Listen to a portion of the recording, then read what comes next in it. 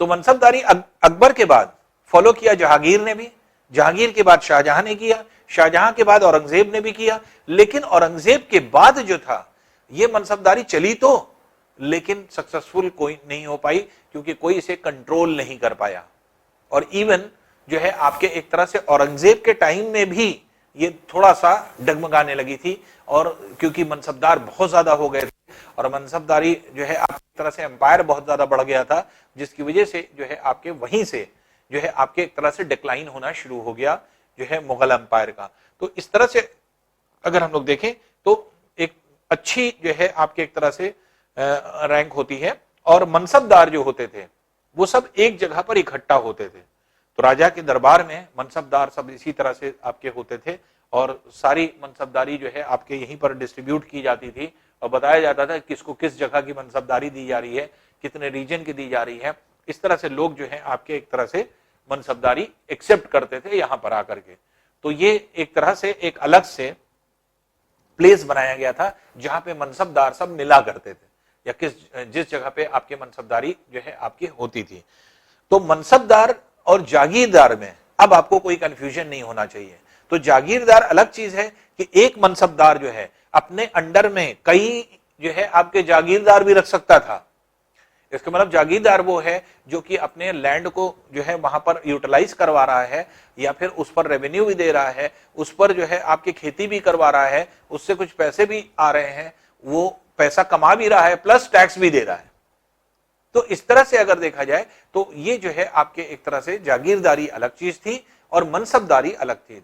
तो मनसब मीन्स एक तरह से एक रूलर अपॉइंट कर दिया गया। तो एक मनसब जो होता था, मनसबदारी जो होती थी, वो आपके एक तरह से रूलर अपॉइंट कर दिया जाता था। तो मुगल एम्परर अपने अंडर में कुछ रूलर्स को अपॉइंट कर देता था कि अब इस रीजन में तुम पूरा रूल करते रहो, इस रीजन में तुम रूल करते रहो, हम तुमको देखते रहेंगे, हम तुमको गाइड करते रहेंगे, बाकी जितनी रेवेन्यूज है वो रेवेन्यू कलेक्ट करके हमें देते रहना। तो ये सारी चीजें जो है आपके अपने खर्च निकालते रहना प्लस हमें रेवेन्यू देते रहना। इस तरह से एम्पायर बहुत तेजी से बढ़ता चला गया। और ये सारी चीजें, और इसमें क्योंकि कोई रिवोल्ट भी नहीं कर सकता था, क्योंकि सारे वॉच जो रखता था वो एम्परर खुद रखता था। तो इसी वजह से औरंगजेब के बाद ये क्यों जो है आपके मनसबदारी क्यों जो है आपके एक तरह से नहीं चल पाई, वजह यह था, यही मनसबदार जो थे जब ये देखने लगे कि एम्परर मजबूत नहीं है, तो वो अपने अपने मनसब को तोड़ करके अलग अलग रीजन में कन्वर्ट होने लगे। और वो क्या होने लगे, मतलब एक तरह से वीक मनसबदारी हो गई। और फिर मनसबदार खुद क्या हो जाते थे, अपने अपने रीजन को तोड़ करके, पहले भी रूलर थे अब फिर रूलर हो जाते थे, लेकिन वो इंडिपेंडेंट हो जाते थे इससे। और जिसकी वजह से डिक्लाइन होने की वजह से मनसबदारी धीरे धीरे करके आपके पूरा एम्पायर सिकुड़ने लगा। इसका मतलब कि जो टेरिटरी थी जो आपकी मुगल की, वो अपने आप डिक्लाइन करने लगी। जैसे मान लीजिए कि आपकी मनसबदारी दी गई थी, तो सबसे पहले मनसबदारी औरंगजेब के बाद जैसे हैदराबाद है, अवध है, ये सब क्या है, ये सब पहले टूटे। जितना राजपूत का जितना भी रीजन्स था वो सब राजपूत क्योंकि स्ट्रांग थे, दोबारा वो फिर से अपने जो है पोजीशन पर आ गए।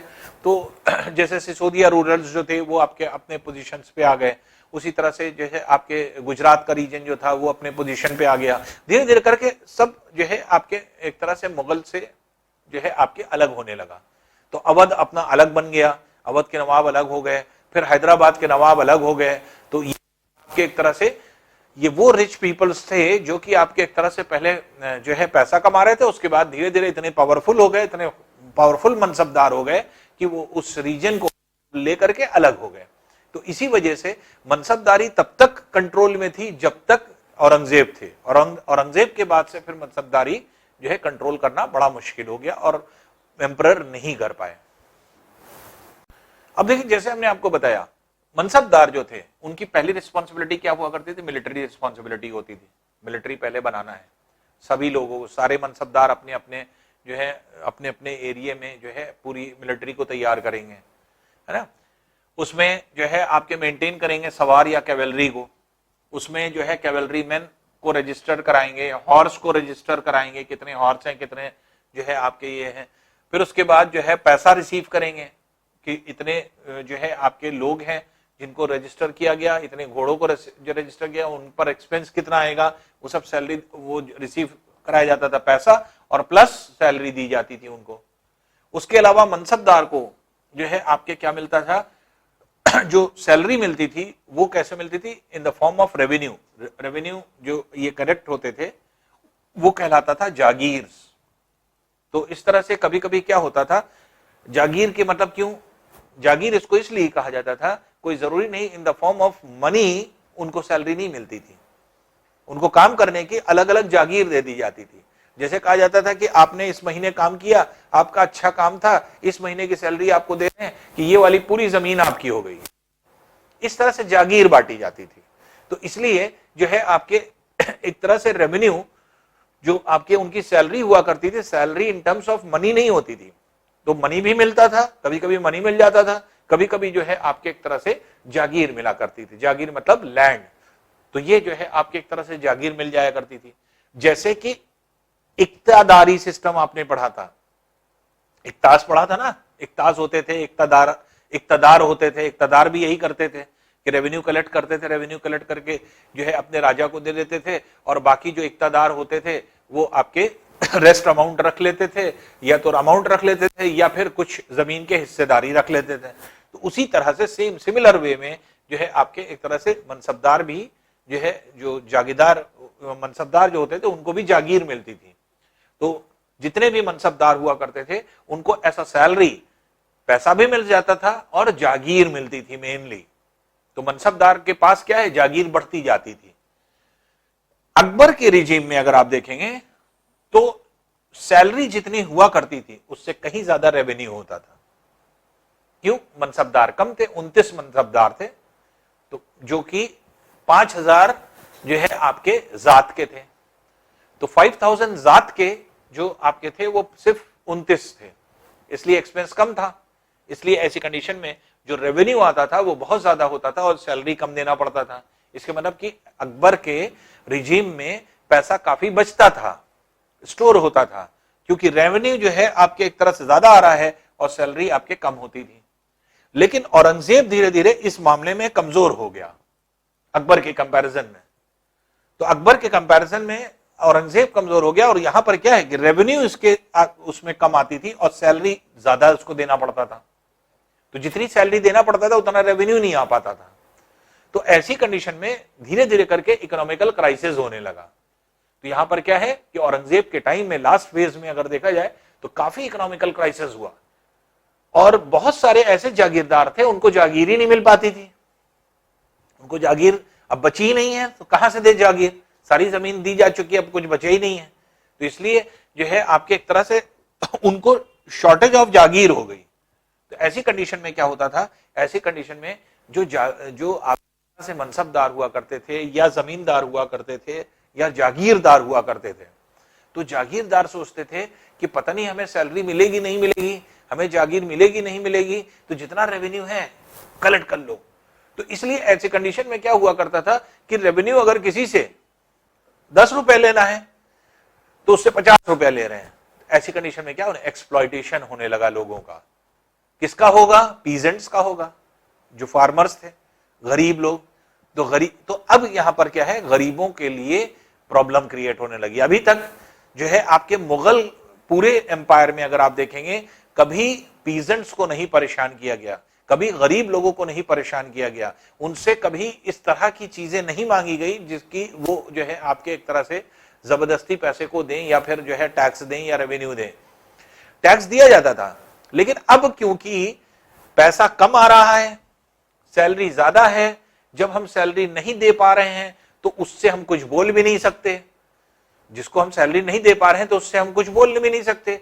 अब वो क्या कर रहा है, वो मिसयूज करने लगा। वो क्या करने लगा, जागीर उसको नहीं मिल रही है। जब जागीर नहीं मिल रही है, जागीरदार से पैसा जो है कैसे लिया जाए, तो जागीरदार क्या करने लगा, रेवेन्यू ज्यादा लेने लगा, बताने कम लगा, ज्यादा लेने लगा। इसमें क्या हुआ कि उस अपना पैसा वो कलेक्ट कर रहा है, भले ही उसको जागीर ना मिले, लेकिन जो है अपना रेवेन्यू जो है वो पूरा ले लेता था। और इस कंडीशन में क्या होता था कि लोगों को ज्यादा टैक्स देना पड़ता था, जिसकी वजह से लोग जो है अब परेशानी का शिकार होने लगे। इसीलिए धीरे धीरे करके पीजेंट्स जो है आपके रिवोल्ट करने लगे। तो पीजेंट्स जो थे वो रिवोल्ट करने लगे। कुछ जागीरदार भी होते थे जो कि जो है सेम कास्ट के हो जाते थे कभी कभी, सेम कास्ट के अगर जागीरदार और पीजेंट्स हो जाते थे तो आपस में मिल बांट करके ये कहते थे कि चलो इसको रिवोल्ट करें। तो अब धीरे धीरे रिवोल्ट शुरू हो गया अगेंस्ट द एम्परर्स। तो एम्परर्स के अगेंस्ट या मनसबदार के अगेंस्ट जो है आपके एक तरह से रिवोल्ट या रिबेल शुरू हो जाता है। अब देखिए जब्त क्या है, जब्त और जमींदार। जब्त किसको कहा गया? जब्त कहा गया कि सोर्सेज ऑफ इनकम जो थी, सीधे सीधे देखा जाए तो इनकम की सोर्स क्या थी? टैक्स था। ये टैक्स जो पीजेंट्स दिया करते थे, ये जो है आपके एक तरह से इनडायरेक्ट वे में अगर कहा जाए तो पीजेंट चाहे तो वो जागीरदार को दें, तो जागीरदार मनसबदार को दे, मनसबदार फिर एम्परर को दे, तो इनडायरेक्ट वे में जो इनकम थी वो ये थी। और जमींदार जो होते थे, जमींदार सबको कहा गया, जैसे हेडमैन हो या फिर जो है लोकल चीफ्टेन हो, सब जो है आपके जमींदार थे। वो कलेक्ट करते थे टैक्स को, टैक्स कलेक्ट होता था। अब देखिए ये एफिशिएंट कब हुआ? जैसे कि हम लोग ने देखा कि अकबर के दरबार में जो 9 रत्न थे उसमें से एक राजा टोडरमल थे। राजा टोडरमल जो थे वो फाइनेंस में जो है आपके एक तरह से मिनिस्टर थे, और फाइनेंस मिनिस्टर होने की वजह से वो थोड़ा सा फाइनेंशियली जो है आपके एक तरह से हर चीज एनालिसिस बहुत अच्छे से कर लेते थे। तो उन्होंने क्या किया, उन्होंने पूरे अकबर के पूरे रीजन में, अकबर का जितना भी रीजन था उस पूरे रीजन में उन्होंने 1570 से 1580 10 साल का डेटा कलेक्ट किया। हर जमीन का डेटा कलेक्ट किया कि इस जमींदार के पास इतना जमीन, इस जमींदार के पास इतनी जमीन, और किस जमीन से कितनी उपज कौन सी क्रॉप की होती है ये पता चल गया। उन्होंने 10 साल में ये सारा स्टैटिस्टिकल डेटा निकाला, और ये स्टैटिस्टिकल डेटा जो था ये पूरा उन्होंने कलेक्ट किया टोडरमल ने, कि किस जमीन से कितना उपज होती है, 10 सालों में कितनी उपज हो गई, 10 साल में कितना जो है आपके एक तरह से पैसा मिल गया। तो ये जो है आपके एक तरह से टोटल इन्होंने एनालिसिस किया, और एनालिसिस करने के बाद 10 साल के एनालिसिस पर बेस्ड इन्होंने क्या कर दिया, इन्होंने जगह जगह आपके एक तरह से रेवेन्यू सर्कल्स बना दिए। रेवेन्यू सर्कल्स बनाने का मतलब पूरे जो क्षेत्र था, एम्पायर था, प्रोविंस था, उसको बांट दिया रेवेन्यू सर्कल्स में। वो इस तरह से कि इस रेवेन्यू सर्कल में अगर 10 जमींदार आ रहे हैं तो 10 जमींदारों को कह दिया कि आपके पूरे क्षेत्र से इतना पैसा आना चाहिए टैक्स, क्योंकि आप लोग इतनी उपज कर रहे हैं, आपके क्षेत्र से इतना पैसा। तो ये सारी चीज क्या कर दी गई, फिक्स कर दी गई कि जितना आपके 10 साल में उन्होंने एनालिसिस किया, 10 साल में जितना पैसा आ रहा है उस पर टैक्स उन्होंने जो है लगाया। और जो आपके एक तरह से राजा टोडरमल थे, तो राजा टोडरमल का एनालिसिस जो था वो बहुत ही सटीक था, और उस बेसिस पे जो है आपके सक्सेसफुल भी वो हो गए, क्योंकि उनको पता था कि किस किस रीजन से कितना उपज हो रही है, और आसानी से लोग दे भी देते थे, क्योंकि वो अप्रोप्रिएट था भी, वो सही तरीका भी था। तो revenue rate for each crop जो है आपके एक तरह से फिक्स कर दिया गया। तो रेवेन्यू सिस्टम में जो है आपके एक तरह से जो पूरा रेवेन्यू सिस्टम था वो आपके एकदम क्लियर आउट हो गया, और जो भी आपके रेवेन्यू रेट्स थे वो सारे फिक्स कर दिए गए। इसी को क्या कहा गया, जब्त। तो जब्त जो था वो क्या था, ये जमींदारों के लिए किया गया कि टोडरमल ने 10 साल का एनालिसिस किया, लैंड कितनी है, कितनी उपज हो रही है, क्रॉप्स कितनी होती है 10 साल में, अगर कितनी जो है आपके टन गेहूं हुआ कि धान हुआ कि क्या चीज हुई, कौन सा क्रॉप हो रहा है, यहाँ पे कितना जो है आपकी प्रोडक्शन होगा, पर ईयर कितना हो रहा है ऑन एन एवरेज उन्होंने निकाला, और फिर पर ईयर आपको कितना टैक्स देना है ये डिसाइड कर दिया। तो इस तरह से रेवेन्यू सर्कल्स बनाया उन्होंने, और जो है आपके उस सर्कल में आपके जो है आपके ग्रुप ऑफ जो है आपके जमींदार लैंडलॉर्ड्स को कर दिया, और जो है आपके एक तरह से उन सब का जो टैक्स था वो फिक्स कर दिया। तो ये जब्त सिस्टम जो है उन सब रीजन में था जहां पर अकबर रूल कर रहे थे, लेकिन जो डिस्टेंट वाले रीजन थे, डिस्टेंट रीजन जैसे फॉर गुजरात और बंगाल, यहां 2 जगह पर ये जब्त वाला सिस्टम नहीं चला पाए। वजह यह था कि उनका आंकड़ा कलेक्ट करना, उनका स्टैटिस्टिकल डेटा जो है आपके कलेक्ट करना बड़ा मुश्किल था, और इन रीजन में वो स्टैटिस्टिकल डेटा नहीं कलेक्ट कर पाए। बाकी हर रीजन में लगभग जब्त का जो है आपके एक तरह से लागू कर दिया गया। अब देखिए अकबरनामा जो है, जैसे इससे पहले भी हमने आपको बताया, तो ये अकबरनामा किसने लिखा था? अबुल फजल। अबुल फजल कौन थे? अबुल फजल एक तरह से जो है आपके अकबर के दोस्त भी थे, अकबर के बहुत क्लोज फ्रेंड थे और पोइट भी थे अबुल फजल, जो कि पर्शिया में सारी पोएम जो है लिखते थे। तो उन्होंने ही अकबरनामा लिखा और अकबरनामा जो है इन्होंने 3 वॉल्यूम में लिखा। अकबरनामा का पहला वॉल्यूम, पहली वॉल्यूम जो किताब थी, उसमें उन्होंने क्या लिखा?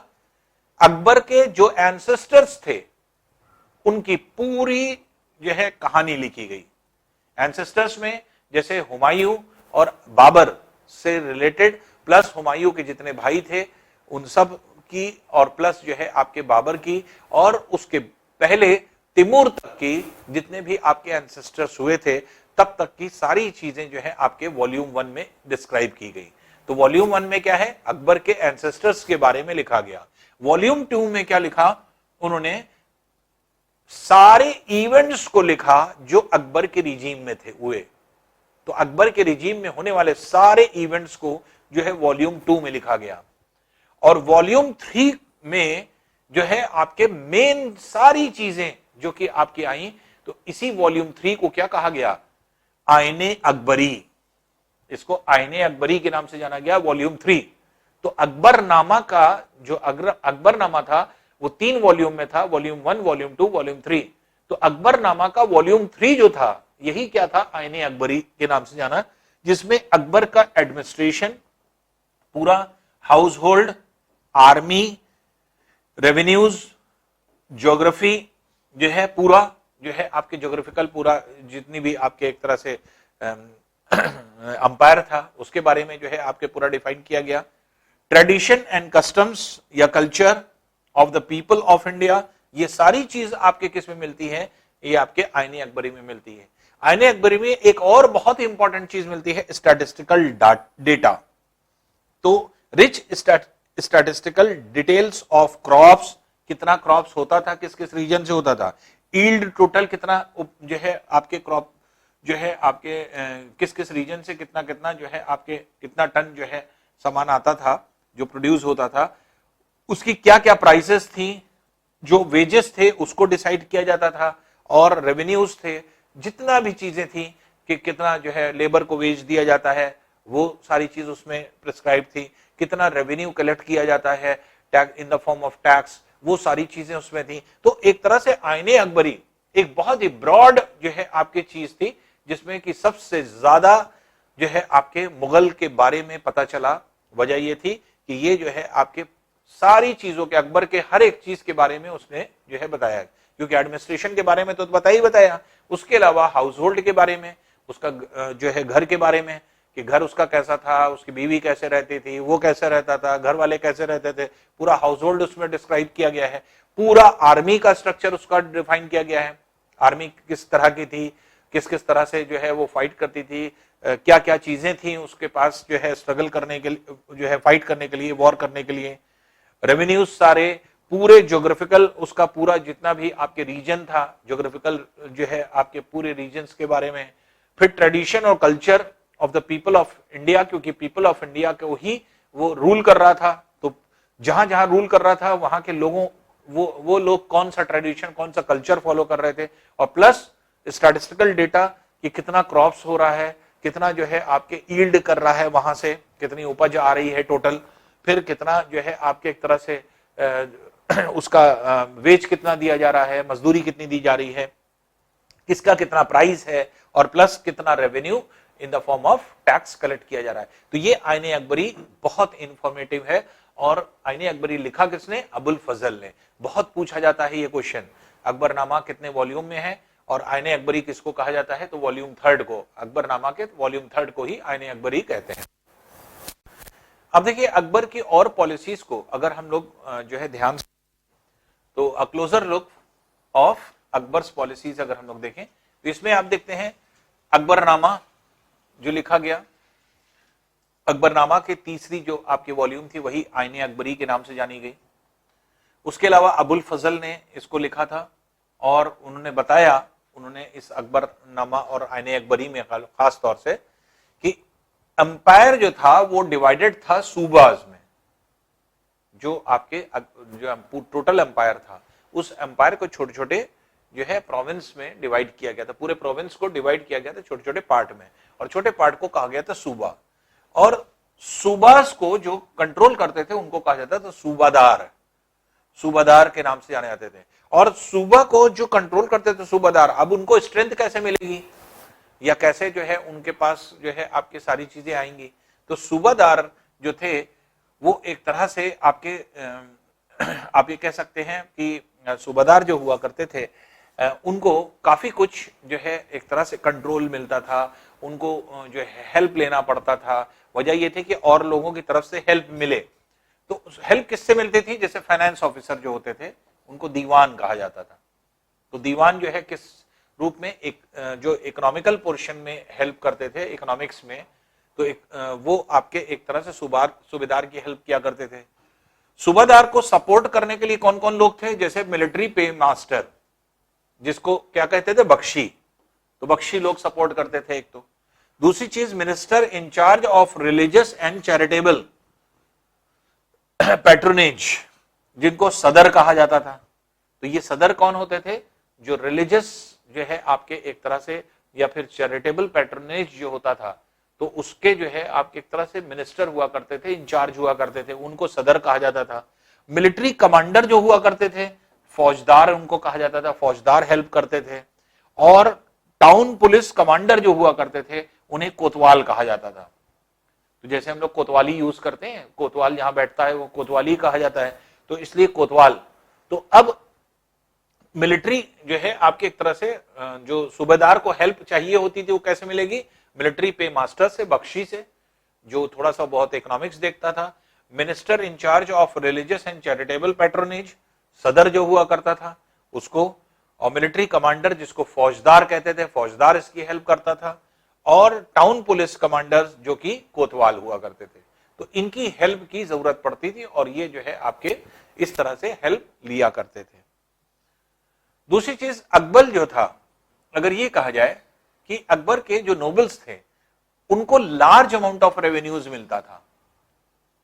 जो रेवेन्यू मिलता था, क्योंकि अकबर के जो नोबल हुआ करते थे वो कम थे, और जो आपके एक तरह से ये कहा जाए कि हाई प्रोफाइल के जो लोग थे, तो उसमें हम लोग ने देखा था कि जो जिनकी जो है आपके एक तरह से बहुत हाई प्रोफाइल के लोग थे वो 29 थे। और उन लोगों को जो है आपके एक तरह से बहुत ज्यादा रेवेन्यू मिलने की वजह से आपके एक तरह से उनका देखभाल किया जाता था, उनको ऑनर दिया जाता था, उनको इज्जत की जाती थी, जिसकी वजह से वो बहुत लॉयल होते थे। और लॉयल होने की वजह से एम्पायर जो होता था वो एफिशिएंटली वर्क करता था, स्मूथली रन करता था, कोई दिक्कत नहीं आती थी, सब अपना अपना काम करते थे। क्यों? क्योंकि काम करने का बहुत पैसा दिया जाता था और हर आदमी खुश था, तो इसलिए जो है बहुत एफिशिएंटली काम करने लगा। लेकिन 17वीं सेंचुरी के एंड तक आते आते, जैसे आपको बताया था कि एम्पायर का कंट्रोल नहीं रह गया, तो एम्पायर का जब कंट्रोल नहीं रह गया तो ऐसी कंडीशन में जगह जगह पे रिवोल्ट होने लगे और हर रूलर इंडिपेंडेंट होने लगा। और जब इंडिपेंडेंट होने लगा तो वो क्या, अपना नेटवर्क बना लेगा अलग, और जिसकी वजह से क्या हो जाएगा, वो डिसलॉयल हो जाएगा, लॉयल्टी तो रहेगी नहीं। तो वही चीज थी कि जो नोबल पर्सन थे वो इंडिपेंडेंट नेटवर्क्स बनाने लगे, और ऐसी कंडीशन में लॉयल्टीज क्या होने लगी, कमजोर होने लगी। और यही रीजन था कि अंपायर धीरे धीरे डिक्लाइन करने लगा। अंपायर के डिक्लाइन करने का सबसे बड़ा वजह यही थी, और इसी वजह की वजह से जो है आपके एक तरह से आप ये कह सकते हैं कि ये पूरा का पूरा जो नेटवर्क था इनका फेल्योर हो गया। और ये फेल्योर होने की वजह से जो है आपके एक तरह से कहा जाए कि पूरी की पूरी रियासत जो थी वो आपके एक तरह से जो है कमजोर पड़ने लगी, और एक तरह से जो आप ये कह सकते हैं कि जो एक तरह कंट्रोलिंग सिस्टम था वो एक तरह से ऐसा एम्परर बचे ही नहीं थे औरंगजेब के बाद कि वो पूरी तरह से कंट्रोल कर पाते। और कंट्रोल कम हो जाने की वजह से धीरे धीरे जो है आपके एक तरह से एम्पायर डिक्लाइन करने लगा। तो ये धीरे धीरे डिक्लिनेशन इसमें होता चला गया। अब इसमें अगर हम लोग देखें तो पहली चीज जो आपके एक तरह डिक्लिनेशन का कारण था वो यही था। और सबसे इंपॉर्टेंट चीज जो आती है वो ये आती है कि जो एफिशिएंट लोग थे, लॉयल लोग थे, उनकी कमी होने लगी और लॉयल्टी जो है आपके पूरी तरह से आपके कम हो गई और जिसकी वजह से जो है आपके जो एफिशिएंसी थी वो आपके एक तरह से रिड्यूस करने लगी और खत्म हो गई। अब अकबर अपने जो उनका क्योंकि कैपिटल जो था वो फतेहपुर सीकरी था, तो फतेहपुर सीकरी में अगर देखा जाए तो 1570 में उन्होंने क्या किया, एक सबसे इंपॉर्टेंट काम शुरू कर दिया। आपको हमने बताया था इबादत खाना क्यों बनाया गया था, इबादत करने के लिए, और बाद में फिर उन्होंने वो डिस्कशन का क्षेत्र बना दिया था जहां पर हर तरह के लोगों को इनवाइट करने लगे थे वो।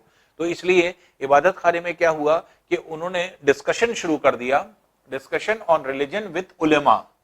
जितने भी उलेमास थे उनसे जो है इन्होंने डिस्कशन कर दिए, और ये उलेमास किस धर्म के थे, ऐसा नहीं कि सिर्फ जो है आपके इस्लाम धर्म के थे, ये ब्राह्मण्स थे, आपके जीसस प्रीस्ट थे जो कि आपके क्रिश्चियंस थे और जोरेस्ट्रियन थे। तो ये जो आपके एक तरह से ये तीनों धर्म से जो है आपके एक तरह से बातें करते थे और बात करके उनको ये पता, ये जो है अकबर का इंटरेस्ट क्या था, ये जानना कि हाँ एक्चुअल में रिलीजन्स में किस किस रिलीजन में क्या क्या है, क्योंकि इस्लाम तो बहुत हद तक वो जानते थे क्योंकि उनका धर्म था, लेकिन उसके अलावा कुछ चीजें वो नहीं जानते थे, जैसे आपके हिंदू धर्म के बारे में या क्रिश्चियन धर्म के बारे में, तो इसलिए वो जानना चाहते थे। तो अकबर को इंटरेस्ट था इन सब चीजों के लिए कि social customs of different people क्या है, किस रिलीजन का क्या सिस्टम है या किस तरह का जो है वहां पर कल्चरल जो है आपके कस्टम्स है। तो अकबर रियलाइज्ड, उसने जब सारी चीजों को देखा, इबादत खाने में जो ये सारी बातें होती थी, तो जब ये सारी चीजों को देखा तो वो एक निष्कर्ष पे पहुंचा। निष्कर्ष क्या था कि religious scholars who emphasize ritual and dogma.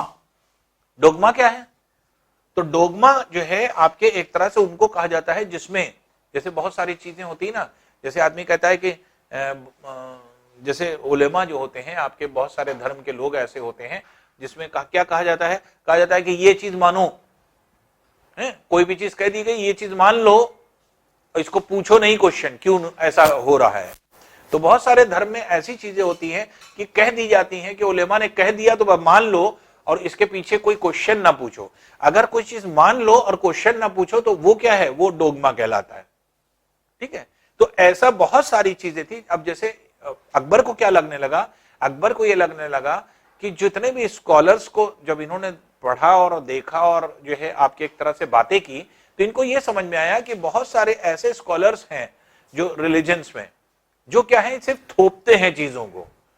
इसके मतलब क्योंकि डोगमा उनको कहा जा रहा है कि उन्होंने ये कहा, जैसे होता है कि जैसे फतवा दे देना, फतवा देने का मतलब ये कि आपके ऊपर बता दिया गया कि हाँ ये चीज आपको करना है, नहीं तो ऐसा होगा।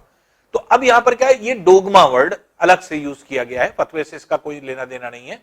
तो डोगमा वर्ड क्या था, तो इन्होंने ये कहा कि ऐसे लोग हैं जो कि सिर्फ ये कह देते हैं कि हाँ ये है, हर रिलीजन में हर लोग होते, ये ऐसा रिलीजन में है, ऐसा करना है, उसके पीछे वजह नहीं बताते, उसके पीछे रीजन नहीं बताते और मना करते हैं कि कोई क्वेश्चन हो। तो बिना सोचे समझे जाने जो है कोई चीज कैसे जो है एक्सेप्ट कर ली जाए। और वो ये चाहते हैं कि जैसे मान लीजिए कि उन्होंने कहा, और ये जो है आपके एक तरह से उनके रिचुअल्स और उनके डोगमास जो होते हैं वो आपके एक तरह से फॉलो करना जरूरी होता है, और नहीं करेंगे तो फिर वो क्या करते हैं, वो ऑफन बिगॉट्स। बिगॉट्स के मतलब क्या होता है, वो ऐसे लोग होते हैं जो कि सामने वाले जो है धर्म के बारे में कुछ टॉलरेट नहीं कर पाते। बहुत सारे लोग होते हैं ना, जिसे कहते हैं जो बहुत सारे उलेमा जो है जिनसे ये मिले तो उसके बाद ये निष्कर्ष पे आए, कुछ लोग ऐसे उनसे बात करने वाले थे कि उन्होंने कहा कि नहीं ये चीज होती है, धर्म में होती है, कोई क्वेश्चन मत पूछिए हमसे। और वो ऐसे दिखाई पड़े कि वो सामने वाले धर्म को टॉलरेट ही नहीं कर रहे हैं। तो जो आपके सामने वाले धर्म को, सामने वाले की बात को टॉलरेट ना करे, उसे बाइगॉट्स के नाम से जाना जाता है। तो वो कहने लगे वो उस तरह के बाइगॉट्स थे, जिसकी वजह से उन्होंने क्या किया, रिलीजियस बिलीफ और कल्चर जो आपके एक तरह टॉलरेट ना करे उसी को बिगॉट्स कहते हैं। तो अल्टीमेटली उन्होंने, अकबर ने ये क्या देखा कि जितने भी स्कॉलर्स हैं, जितने भी धर्म के लोगों से, उलेमास से उन्होंने बात करी, तो उनका ये मानना था कि ज्यादातर धर्म में ज्यादातर स्कॉलर्स ऐसे हैं जो ये नहीं बताना चाहते कि हाँ ये क्यों करवाया जा रहा है, बस वो ये कह रहे हैं कि हाँ ये करिए और उसके पीछे प्रश्न मत पूछिए और ये चीज आपको करना है, इससे जो है आपके यही जो है आपका धर्म है और बाकी दूसरा धर्म जो है कोई धर्म नहीं है, दूसरे धर्म को टॉलरेट नहीं करते थे वो। तो इसलिए ऐसे धर्म को जो है आपके टॉलरेट ना करना और इस तरह की बातों को टॉलरेट ना करना, तो अकबर को यह समझ में आया कि ऐसे तो बहुत सारे ऐसे लोग होंगे जो अपने अपने धर्म से अनसेटिस्फाइड होंगे, क्योंकि वो इसी तरह से खाली उनके ऊपर सारी चीजें थोपी जा रही हैं और वो खाली एक्सेप्ट कर रहे हैं। तो जिसकी वजह से उन्होंने क्या किया, उन्होंने अब उनका यह मानना था कि उनकी टीचिंग्स जो होंगी इस तरह के उलमा के अंडर में, उनकी टीचिंग्स जो होंगी वो डिवीजन क्रिएट कर रही होंगी या तो डिसहार्मनी क्रिएट कर रही होंगी। भाई अगर कोई मान लीजिए सपोज कर लीजिए हिंदू प्रीचर है और उसने जो है आपके हिंदू टीचर ने ये कह दिया कि नहीं मुसलमान बेकार आदमी है, उनको खराब आदमी है, इनको हटाइए, तो या फिर इनकी बातों को मत मानिए, तो कितना जो है डिफरेंस क्रिएट हो गया। मुसलमान अगर मान लीजिए टीचर है वो कह रहा है नहीं क्रिश्चियंस खराब हैं, उनकी बातों को मत मानिए, तो ये क्रिश्चियंस जो है हिंदू को कह रहे हैं, मुस्लिम को कह रहे हैं, मतलब एक आदमी दूसरे धर्म को बुरा कह रहा है।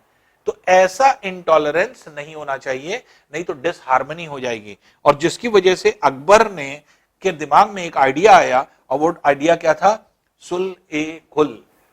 सुलह-ए-खुल जो है आपके क्या है, एक तरह से डिवाइन ऐसी चीज उनके नजर में एक ऐसी चीज थी कि पूरी यूनिवर्सल में पीस हो जाए, पूरी दुनिया में पीस हो जाए।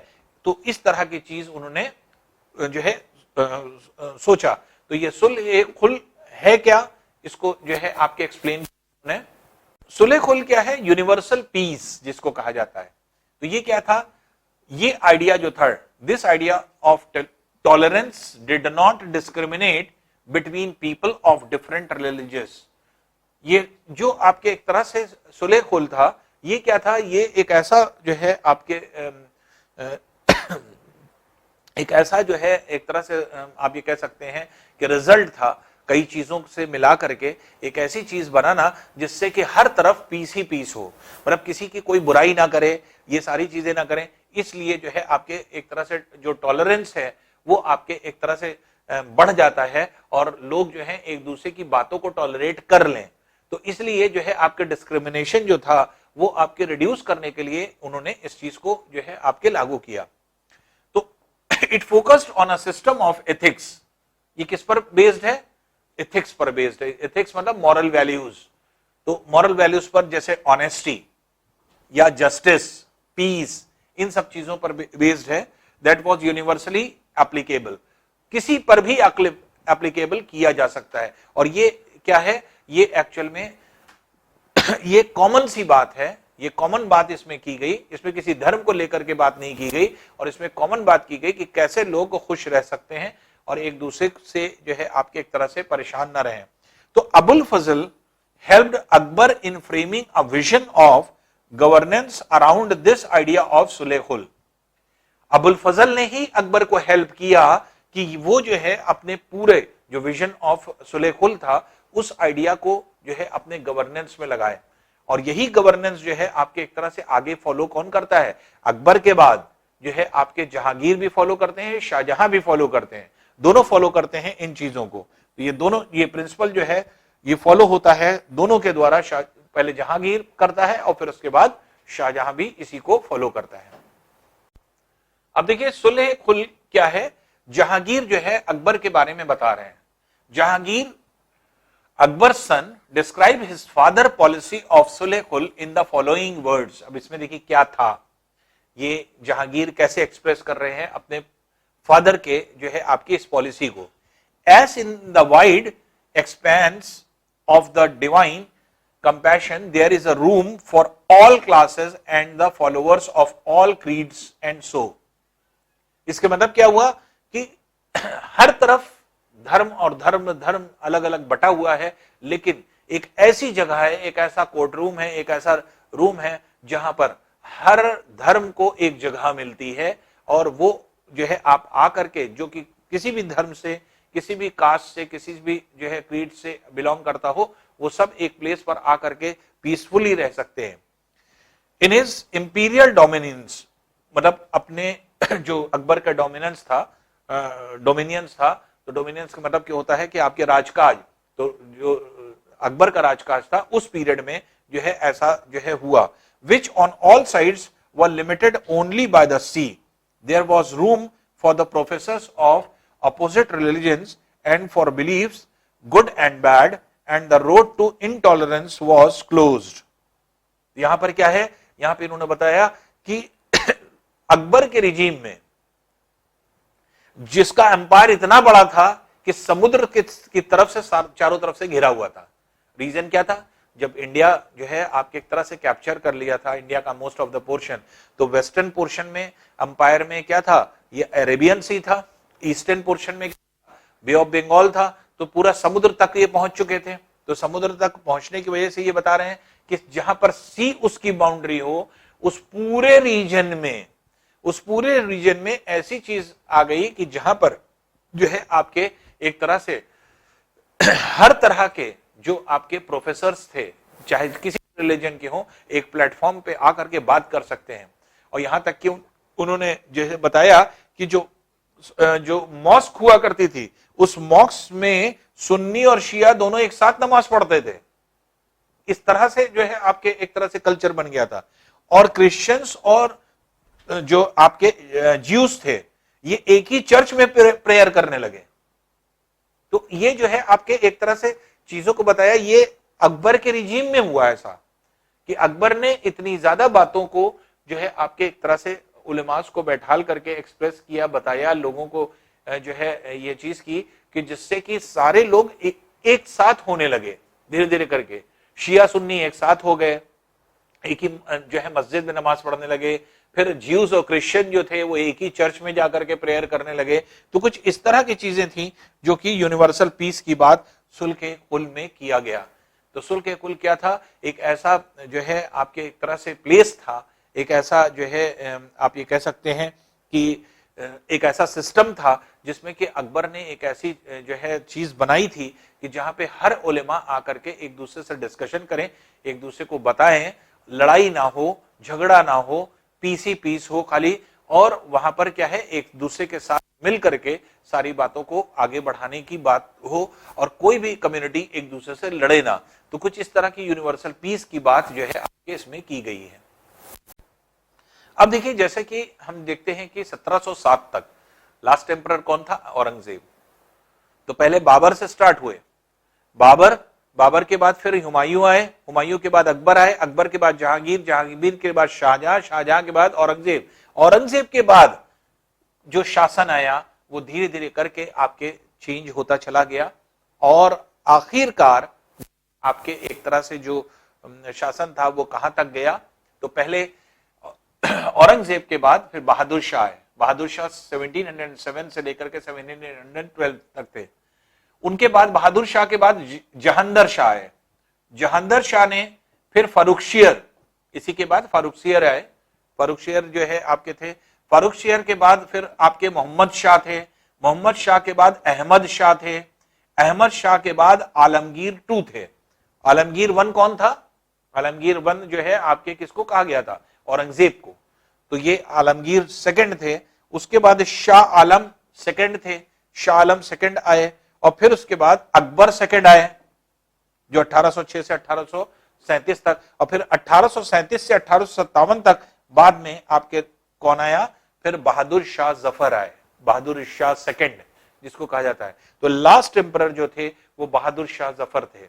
तो ये जो है आपके एक तरह से बहादुर शाह 2 जिसको कहा जाता है। बहादुर शाह फर्स्ट ये हैं जो 1707 से 1712 में, और अकबर 2 के बाद जो है आपके बहादुर शाह जफर, जो कि आपके एक तरह से लास्ट जो है मुगल एम्परर थे जो कि आपके आए।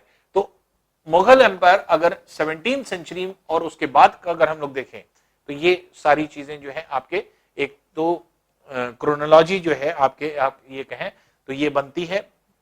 और इस हिरार्की में लोगों ने जो है आपके रूल किया, और लास्ट रूलर जो थे वो बहादुर शाह जफर थे जो कि जिन्होंने रूल किया। तो एम्परर्स और मनसबदार जो थे वो क्या करते थे, ज्यादातर सैलरी स्पेंड किया करते थे किसमें, आपके ज्यादातर जो रेवेन्यू था वो स्पेंड करते थे सैलरीज और गुड्स में। सैलरीज और गुड्स में जब स्पेंड किया करते थे तो पैसा कौन कमाता था ज्यादा?